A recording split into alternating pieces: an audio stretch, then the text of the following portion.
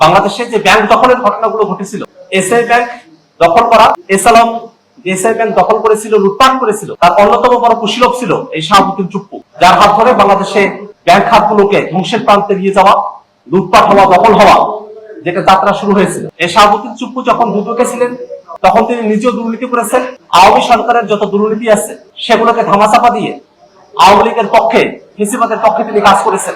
এমনকি তার সময়কালে বিগত দিনের প্রধানমন্ত্রী বেগম খালেদা জিয়া, তার ব্যাপারে যে জিয়া অরফানেজ ট্রাস্ট যে মামলা করা হয়েছিল, সেই পুরো প্রক্রিয়ার সঙ্গে এই শাহাবুদ্দিন চুপ্পু তিনি যুক্ত ছিলেন। শুধু তাই নয়, 2024 সালে বাংলাদেশে যে নির্বাচন হয়েছিল, এই পাতানো নির্বাচন, সেই পাতানো নির্বাচনের বৈধতা দিয়েছিল শাহাবুদ্দিন চুপ্পু। তিনি তখন রাষ্ট্রপতির পদে আসেন এবং তারপরে 2024 সালে যখন কোটা সংস্কার আন্দোলন শুরু হয়, সেই সময়টাতে 14 জুলাই বাংলাদেশের শিক্ষার্থীরা, আন্দোলনকারীরা, বৈষম্যবিরোধী ছাত্র আন্দোলনের যারা নেতাকর্মীরা ছিলেন, তারা সকলে মিলে এই শাহাবুদ্দিন চুপ্পু যখন তিনি রাষ্ট্রপতির পদে আসেন, তার কাছে গিয়েছিলেন সমাধানের আশায়। কিন্তু দুর্ভাগ্যের বিষয়, রাষ্ট্রপতি, রাষ্ট্রের অভিভাবক হিসেবে শাহাবুদ্দিন চুপ্পু সেই সময়টাতে শিক্ষার্থীদের পক্ষে অবস্থান গ্রহণ করেন নাই।